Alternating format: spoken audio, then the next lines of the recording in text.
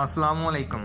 आज हम बात करेंगे कि साइंस की नज़र में ज़लज़ले क्यों आते हैं। साइंस ज़लज़ले के बारे में क्या कहती है और इनके आने की क्या क्या वजूहात होती हैं, और जिन ममालिक में ज़लज़ले ज़्यादा आते हैं वहाँ ज़्यादा आने की क्या वजूहात हैं, और जिन ममालिक में कम आते हैं उनमें ज़लज़ले कम आने की क्या वजूहात हैं। सो शुरू करते हैं अपनी वीडियो। मेरा नाम है Athar Saeed and welcome to my YouTube channel.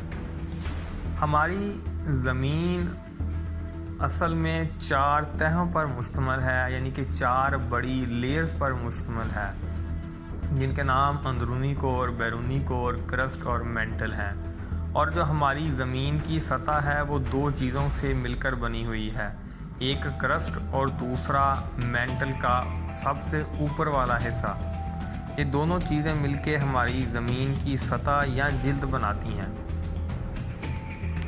हमारी ज़मीन की सतह किसी भी एक सॉलिड फॉर्म की शक्ल में मौजूद नहीं है, बल्कि ये बहुत सारे ब्लॉक्स की शक्ल में मौजूद है, यानी कि हमारी ज़मीन की जिल्द के बहुत सारे हिस्से हैं।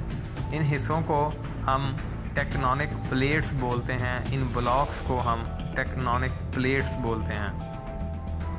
ये जो हमारे पास टेक्टोनिक प्लेट्स होती हैं, इनके जो एजेस होते हैं यानी जो किनारे होते हैं वो इनकी हदूद कहलाते हैं, और जो इनके किनारे होते हैं उन पर बहुत सारे फाल्ट्स होते हैं, और दुनिया में तकरीबन जितने भी ज़लज़ले आते हैं वो इन्हीं फाल्ट्स की वजह से आते हैं।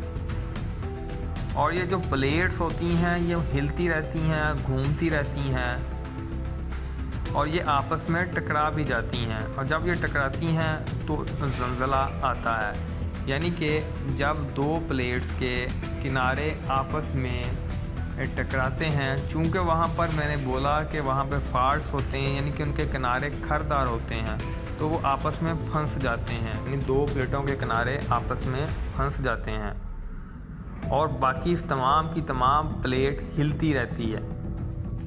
आसान अल्फाज में कहें तो 2 प्लेटें इन किनारों की वजह से आपस में फंस जाती हैं, और बाकी दोनों की प्लेटें वैसे हिल रही होती हैं, मूव कर रही होती हैं, और जिस तवानाई से ये मूव कर रही होती हैं ये स्टोर होना शुरू हो जाती हैं।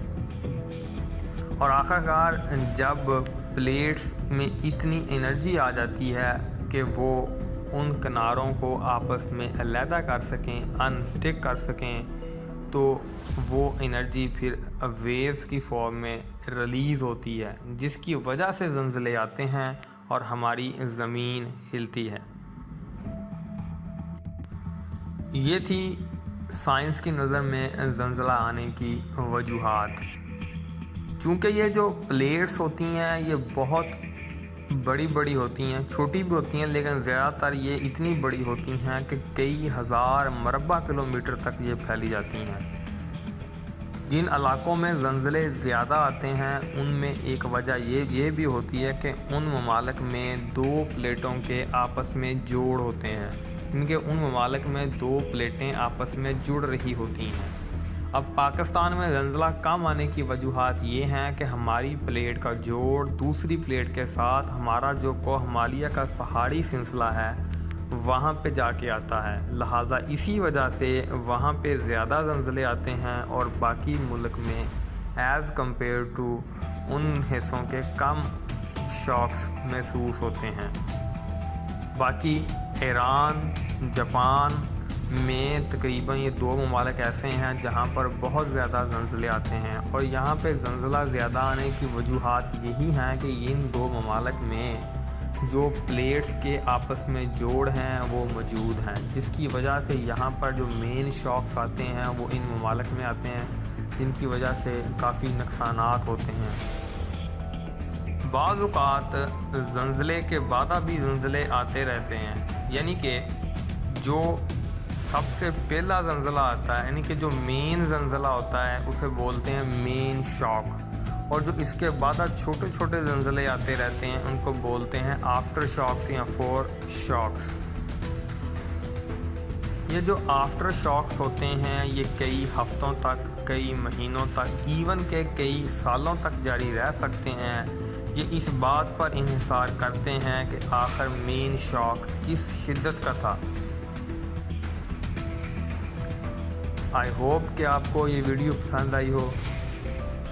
Thank you for watching and please do not forget to subscribe my channel.